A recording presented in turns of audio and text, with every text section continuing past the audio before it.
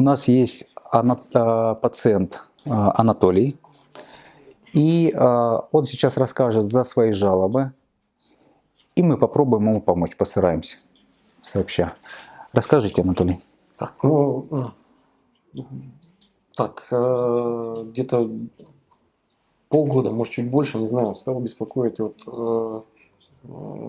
Здесь вот появилась боль непонятная после определенных нагрузок каких-то. Она, как сказать, вроде бы затихает, потом чего-то поделаешь, перестает. Причем разница есть вот в сгибе вот так вот больнее, так не чувствуется в обратную сторону. Вот, что мне еще есть. Ребро у меня, правое ребро, по-моему, пятое, оно у меня не на месте. Дискомфорт. Ну, да. Ну, то есть появилась дисфункция в левом локтевом суставе полгода назад. Ну, да. Примерно. Да. Вы ее не связываете с определенной нагрузкой, например, там что-то делали, физические нагрузки? Нет, причем Может она быть, как-то неявно выражена от чего-то там, от какой-то определенной нагрузки. Где-то вот, как сказать-то, либо я напрягаю под определенным углом как-то ее, у меня после этого появляется вот здесь боль. но был момент, когда ее не было, и она появилась. Да. И определенно с чем-то связать вы не можете. С травмой этой верхней конечности? Нет. И на протяжении полугода вы пытались, наверное, как-то лечить или не лечили, она не проходит? Ну, нет, не лечил, как-то так. Не лечил, все. А вот ощущение, что ребро с правой стороны не на месте, но когда появилось? Перед Новым годом тяжелую там штуковину тащил, неудобно на плече, и вот это, вероятнее всего... На плече вот так? Да. Угу. И появилось позже. Хорошо. Давайте мы сделаем так. Мы не будем больше спрашивать пациента о каких-либо травмах, как мы стандартно делаем. Это, конечно, вы в работе будете использовать, но вот не будем. То есть, если нет четкой взаимосвязи травмы суставов на левой верхней конечности, травмы в области грудной клетки, может быть, мы выйдем на что-то. А в каком месте ощущение? Дискомфорт, да, в грудной клетке? Да, оно мне вот со стороны спины, но иногда вот отдает аж сюда. Угу. Но со стороны спины я сейчас понадавливаю. Угу. Здесь. Выше. Выше, здесь. Чуть-чуть выше. Вот где-то вот в этом месте. Да. Больно? Ну, оно не больно, но вот я чувствую, что оно здесь. Угу. И когда вот так, будет хуже? Ну да, чувствительно. Угу. А вот так меньше? Так, да, меньше. Хорошо. А еще говорили, что есть какая-то слабость в левой руке, ощущение. Как она проявляется? Я вот последние полгода подтягиваться не могу. Ага. То есть я спортом занимался раньше. То есть я чувствую, я начинаю подтягиваться, у меня она слабнет, и я все. Левая рука? Да, и я не могу ей работать. Угу. То есть вот... Вот это место. Здесь, да. Держите. Давите вверх ножкой. Есть гипотония. Давите. Есть гипотония.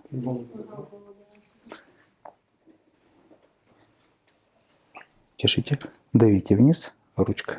Есть гипотония.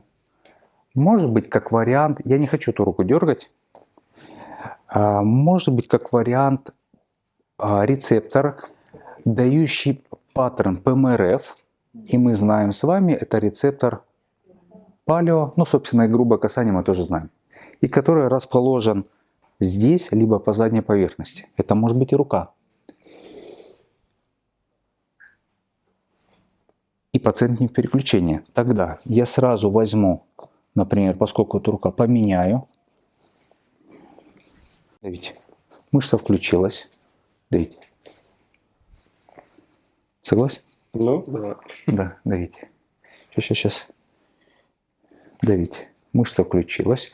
Теперь задняя поверхность. Давите вниз. Давите вниз. Выключилась. Давите. Видно?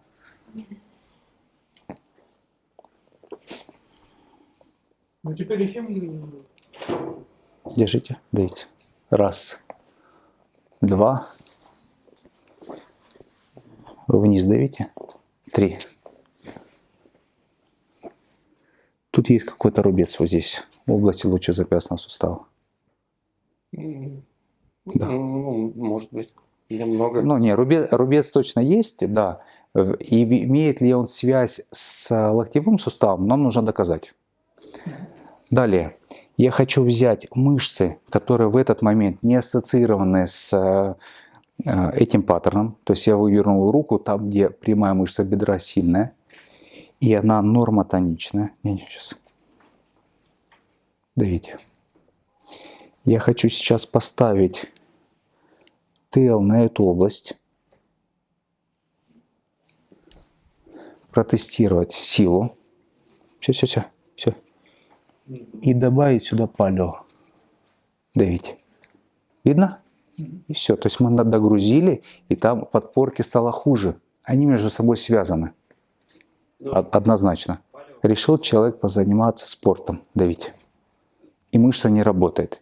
И когда он нагружает вот здесь болит, у него включаются другие регионы. Давите. Да, согласен? Ну, да. Да. Далее, если вы хотите, вы можете, конечно, протестировать мышцы, ассоциированные с локтевым суставом. Но важный момент, который вам сказали в самом начале. Анатолий, сядьте, пожалуйста.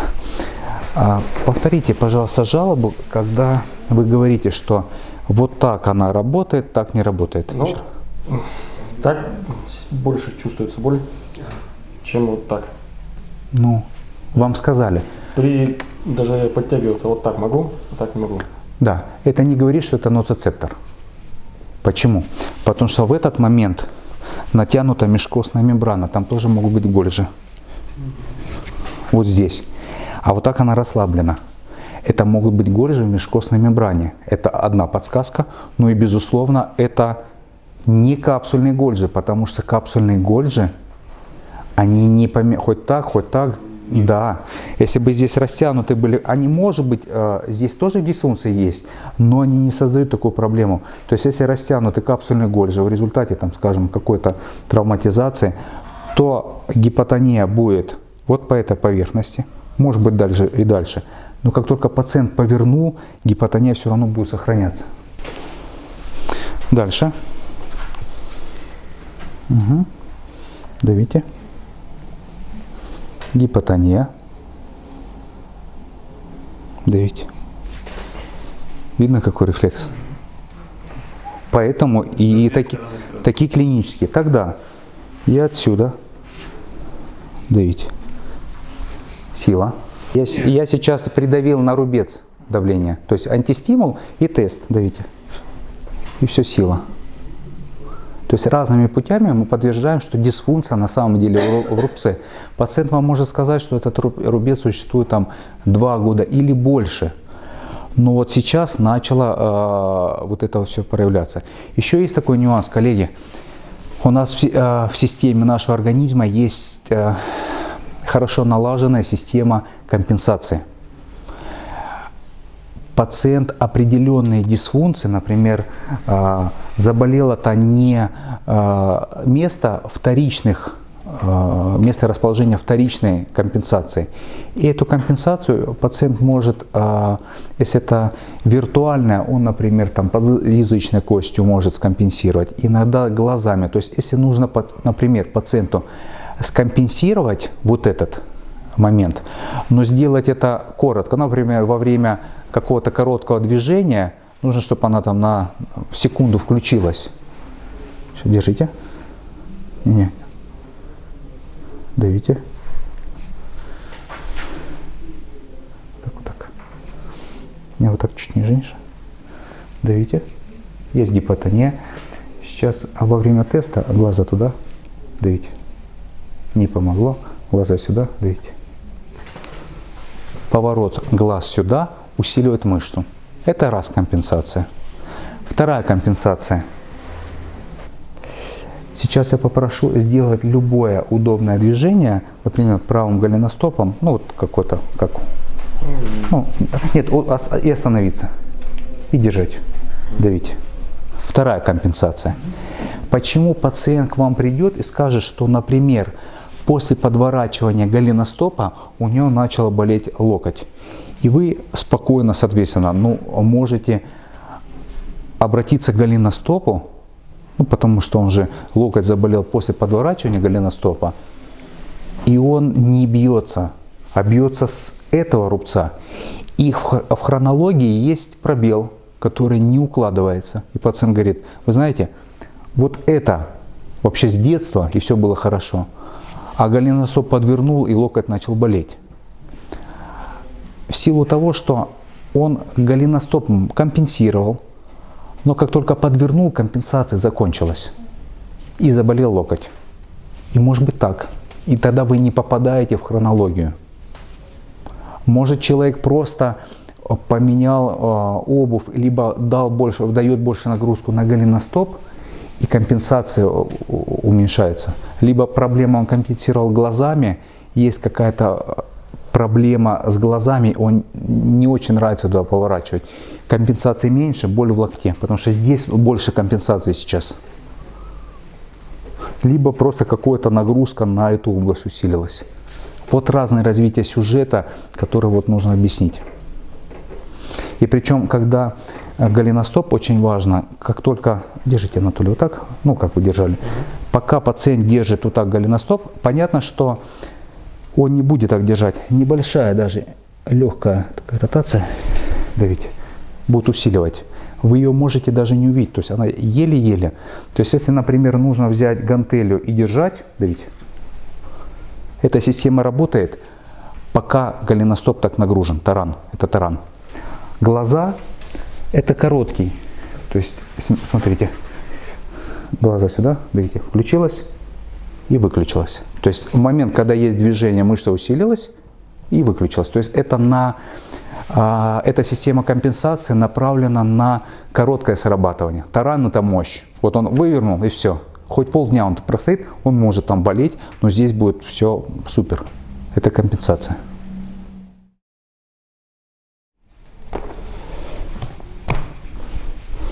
Давить. Покажи полоски. Давить. Мышца нормотонична. Давить. Давить. Давить. Давить. УТЛ своей рукой. Давление в эту область. Давлю уже везде. Давить. Это вторичный был рецептор. Первичный. Медиальная поверхность. Давить. И мышца нормотонична.